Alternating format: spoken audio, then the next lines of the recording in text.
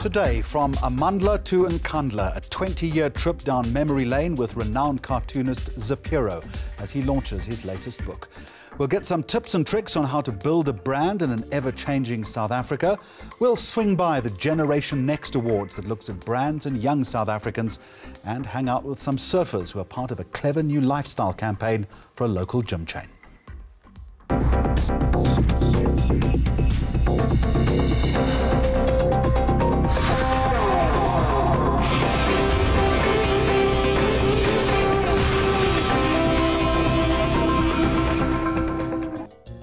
And no argument here, he's one of South Africa's most loved, prolific and, I guess, controversial cartoonists. He's just released his latest book. It's called Democrazy, capturing the intensity and the absurdity of South African politics as we celebrate 20 years of democracy. Jonathan Shapiro joins us now from Cape Town. Jonathan, welcome to you. 20 years, obviously the material hasn't dried up. Have you got less optimistic and more cynical as your career has developed? I've always tried to avoid being a cynic or becoming a cynic. I think the sense that I have of cynicism is that there's no hope, or that things are just going to hell in a handbasket. I do think that we are in a very difficult stage of this 20 years, but I really always find that I'm a skeptic. I read between the lines. I do think it's important not to take things at face value. That's I think, what editorial cartoonists and satirists do is sort of find ways to juxtapose things that may not seem as if they go together in order to see something new. And I think we're moving into a phase where maybe in the next 5 or so years we may see a bit of a left-wing breakaway that actually shakes things up completely and actually brings us back a little bit towards some of the values we might want to be part of. In the political timeline or the continuum, do you think that South Africa is crazier 20 years on? And you use the word crazy yourself in the title of the book and in the introduction. You know, I think it was crazy already. It was crazy in the old times, but crazy bad. And there were some very good things to satirize, and people like Peter Dirk Ace and Robert Kirby and many others were doing some great satire back then. I sort of started out in the old days. There were already cartoonists doing good. Tony Grogan has just celebrated 40 years in cartooning. Dorf Fedler was around. There were not many black cartoonists or black stand-up comedians. They just didn't have the opportunity.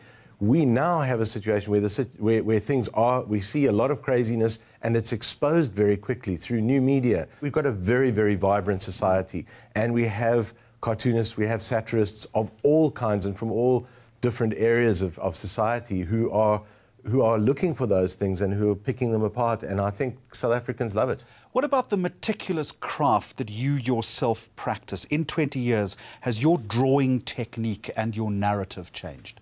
You know, in very early days, I was very influenced during the apartheid era by the British savagery of people like Ralph Steadman, Gerald Scarfe, and at home we had Derek Bauer, who was working in the Weekly Mail. It's almost like the ink turned to blood. And during the time I was then studying in America, before the ANC was unbanned and before I knew I would come back and become an editorial cartoonist in the way I have, I think I was influenced to some extent by more accessible kinds of cartooning and comics that I was exposed to in New York. And I tried to bring that to my kind of cartooning. So I've tried to sort of tone the savagery down quite a lot of the time and still have a strong message. Jonathan, these days cartoonists seem to get an inordinate amount of headline space and airplay. When you look at what you do, how influential are cartoonists really? There's a group called Cartoonist Rights Network International. They look at cartoons and cartooning and cartoonists under threat across the world, both in repressive societies and in democracies. And they have said to me personally about my cartoons in particular, but also about South African cartooning in general, that I don't know what it is, the circumstances of coming out of the repression and into democracy with a very powerful constitution that does uphold freedom of expression, but they say that in South African society, cartooning has more impact than any other democracy they've come across. Let's talk a little bit about some of your characters. If I page through this book, A History of 20 Years of Democracy, so much of your time and effort has been devoted to Nelson Mandela. Do you miss drawing him?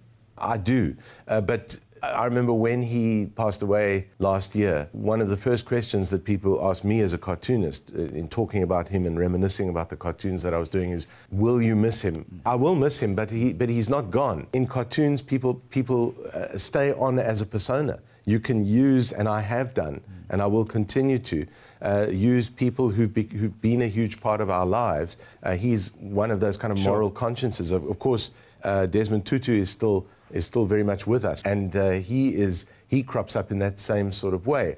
But Nelson Mandela, occasionally Chris Hani, occasionally somebody like Joe Slovo, these are people who will still be with us in the same way as, say, Gandhi can be used in cartoons, or Martin Luther King. And the shower head, is that going to remain for the next 5 years? You know, I think I gave Jacob Zuma a bit of a chance with that shower. I mean, when he became president, I thought I really would give him a break. I lifted the shower off his head. The shower floated around. If he did something really good, I had a little calibration next to him, and you know, the shower kind of floated and looked like it might float away. If he did something bad, it would come zooming down dangerously close to his head. When he, 8 or 9 months into his presidency, had, you know, yet another extramarital affair outside of his 3 marriages, I think, at the time, and children out of wedlock, against all the speeches he made. I did a shower that was the size of this room, the studio I'm in, and since then that shower is there, and I think it'll stay there. It becomes a cage. It gets twisted.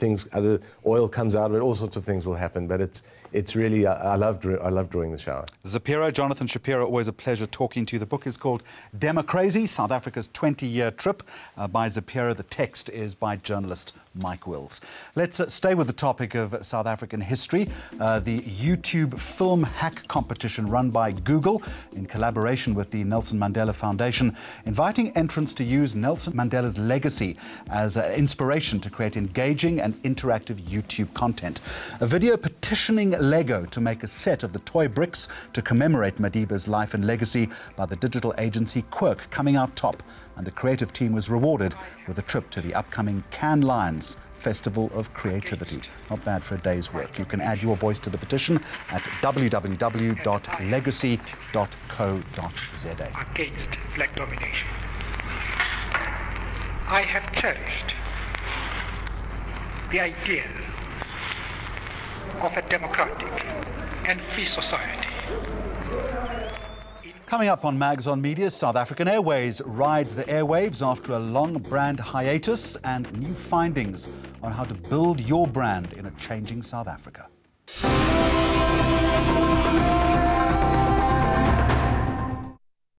News that moves. eNCA.com.